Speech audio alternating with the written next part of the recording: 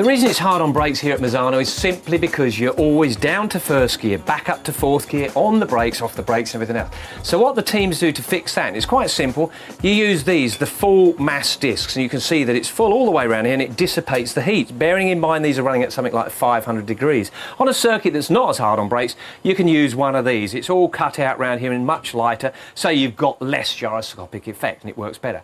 Now the fuel is a harder issue. Quite simply, this circuit, for the same reason, up and down through the gears, full throttle, not in top gear for very long, you gollop the fuel up. It's a bit like driving your car down through the town using up a load of fuel as opposed to a motorway. You've only got to look at Valentino Rossi last year. He never made it back to the podium. He ran out on the slowdown lap.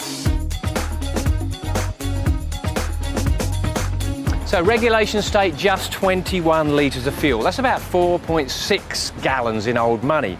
One of the tricks of the trade to get a bit more fuel in is to get it cold. It makes it denser and gives you an advantage of about 200 cc's, something like that, quarter of a litre. And you do that, not at all high-tech, put the fuel in a freezer. Get it really nice and cold before you tip the fuel in the bike just before the start of the race. But importantly, you mustn't have it more than 15 degrees below ambient temperature, otherwise you get busted by the organisers. The bikes are doing about 15.5 miles to the gallon. That's about 0.7 of a litre per lap, 28 lap race.